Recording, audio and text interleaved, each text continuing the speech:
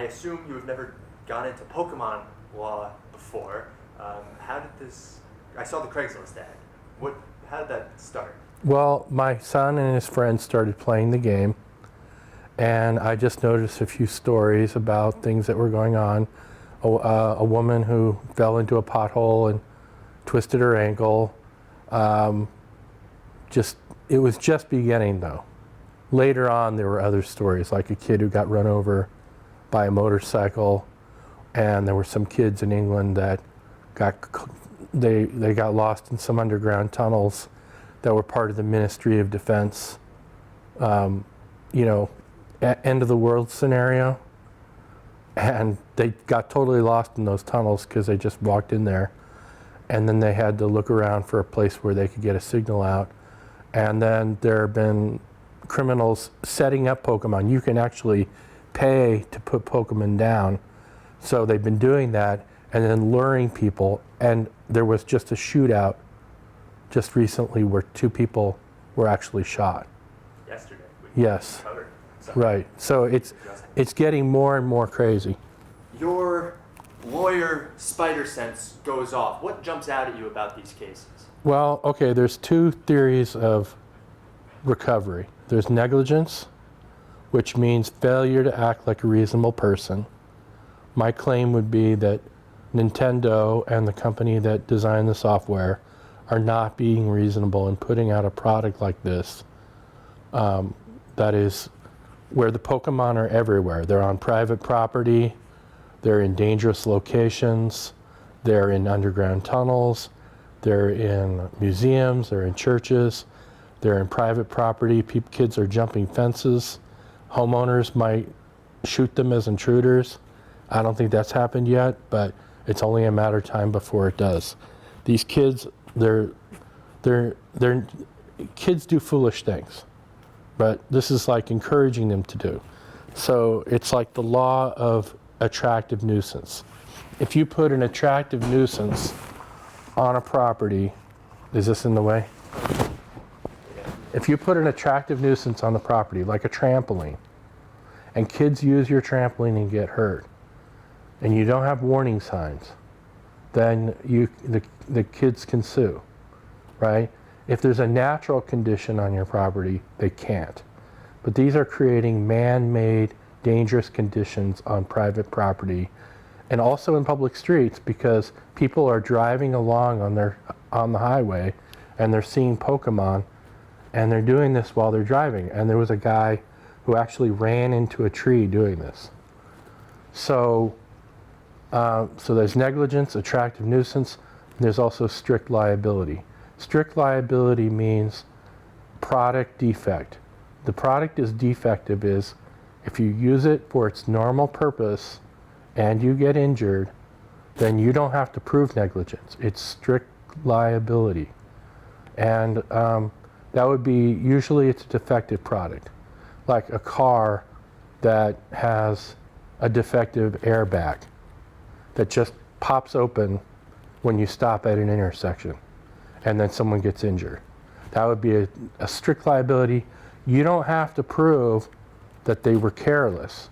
It's simply liability. You don't have to prove that Nintendo's careless. They are putting out a product, kids are using it, and they're getting injured while using it the way it was intended to be used.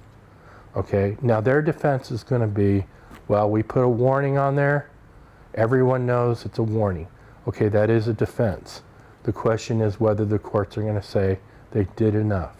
The other defense is assumption of risk.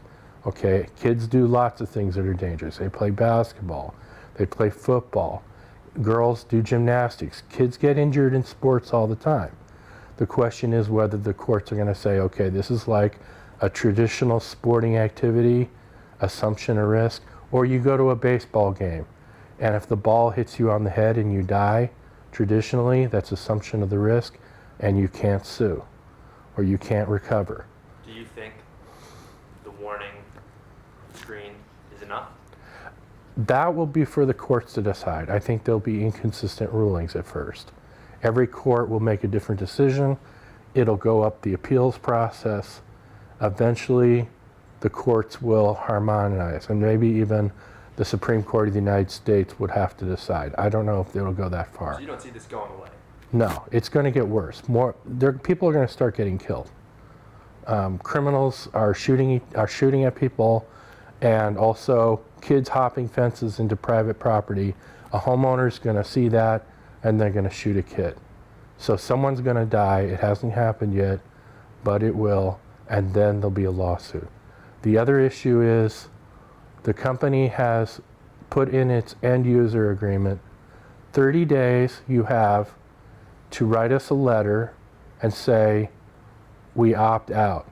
If you don't opt out, then you're forced into an arbitration program and you surrender your rights to go to litigation or be a participant in a class action lawsuit. What they're trying to do is take all their liability that they're building up for this game, right? And it's not just for this, but it's for spying that they're doing. You know, invading your emails. Because this game gives the company information about I you. heard a story about it, how you can opt out of that. Right. Yeah. Also, so you have to actually write them a letter to say, oh, I don't want to be part of your arbitration program. So the question is, are the courts going to say that's good enough? Okay, so computer program user agreements usually are enforced. However, the question is this something that just goes beyond the pale? Is it something like, it isn't right? Because Nintendo's going to have a very large amount of liability because of this game, because so many millions of people are playing it, and there's going to be deaths, there's going to be serious injuries, there's going to be invasions of privacy. And I'm sure they've already built up a huge fund to defend themselves and to pay people off. But it's worth it to them because their stock has skyrocketed because of this game. So they're making so much profit on this game that they can afford the lawsuits. So they've already built it in as part of their business model. What's the response been to you? I've gotten response from you and 3 other reporters, but so far nobody has called me with an injury. Does that surprise you? No, it doesn't, because there's been a lot of media about it, but a lot of kids, even if they're injured, they're never going to think to sue, right? And it would take someone who's really injured, and so far as I know, nobody's really been hurt bad enough to want an attorney. I mean, except for those 2 people who got shot. But there was someone in an accident, so it's happening here and there, but I don't think it's to the point where it's so widespread that people are going to need, a massive number of attorneys. But I do believe that as the game progresses, there will be people who are injured and some people who will be killed. But I don't know how many it'll be. Yeah. Is there anything else that you want to say? Am I forgetting to ask about anything? No, I don't have anything against the people who made this game. And the thing is, it's an activity that kids do. And my wife was pointing out she likes the game. It gets the kids out of the house. They're not in front of the computer. They're getting sunshine. They're getting exercise. So there's a good part of this game. And she was a little irritated with me for putting this ad in.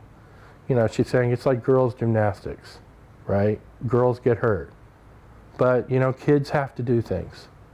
So I'm not anti Pokemon Go, right? But sports medicine or sports law is a legitimate area of law for lawyers to practice. And this would be like sports law. Kids do get injured. There are kids who play football and they end up with permanent life-altering injuries, like a spinal injury or a leg that never sets right. And when you get an injury like that, you hire a lawyer. It's just like any other area of law. So I'm not trying to persecute anyone. I'm not trying to profiteer. It's just business. I have no personal agenda to destroy this game. Would you advise people sending that email to opt out of the... Oh, definitely I would. I would also advise kids, don't jump fences, don't invade private property, don't send 911 calls to the police saying, can I go into the jail or the fire department and get a Pokemon? Would a kid jumping a fence take the liability off of Pokemon because it's their fault? They were the ones that jumped the fence into private property. Well, that's assumption of risk, but attractive nuisance is where you put up a trampoline or some other object on your property that's attractive to children. It could be a swimming pool, it could be a trampoline, it could be anything that's just dangerous. The kids get on the kids jump the fence, they get on the trampoline, they fall off, get hurt, yes, they can sue. So when you put a Pokemon in someone else's yard, I'm thinking there's an attractive nuisance. Also, landowners are entitled to the quiet enjoyment of their property.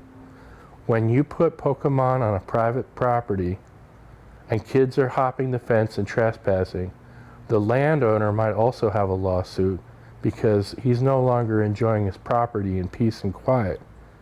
And Nintendo is causing that to happen. Also, in church, people are playing this game and catching Pokemon while Mass is being said at the Holocaust Museum, at the 911 Memorial. These Pokemon are everywhere, and they've made no attempt to say, okay, well, this area, it's really not appropriate for a Pokemon to be there, right? They just layered the entire earth with Pokemon with no consideration of private property, government restrictions,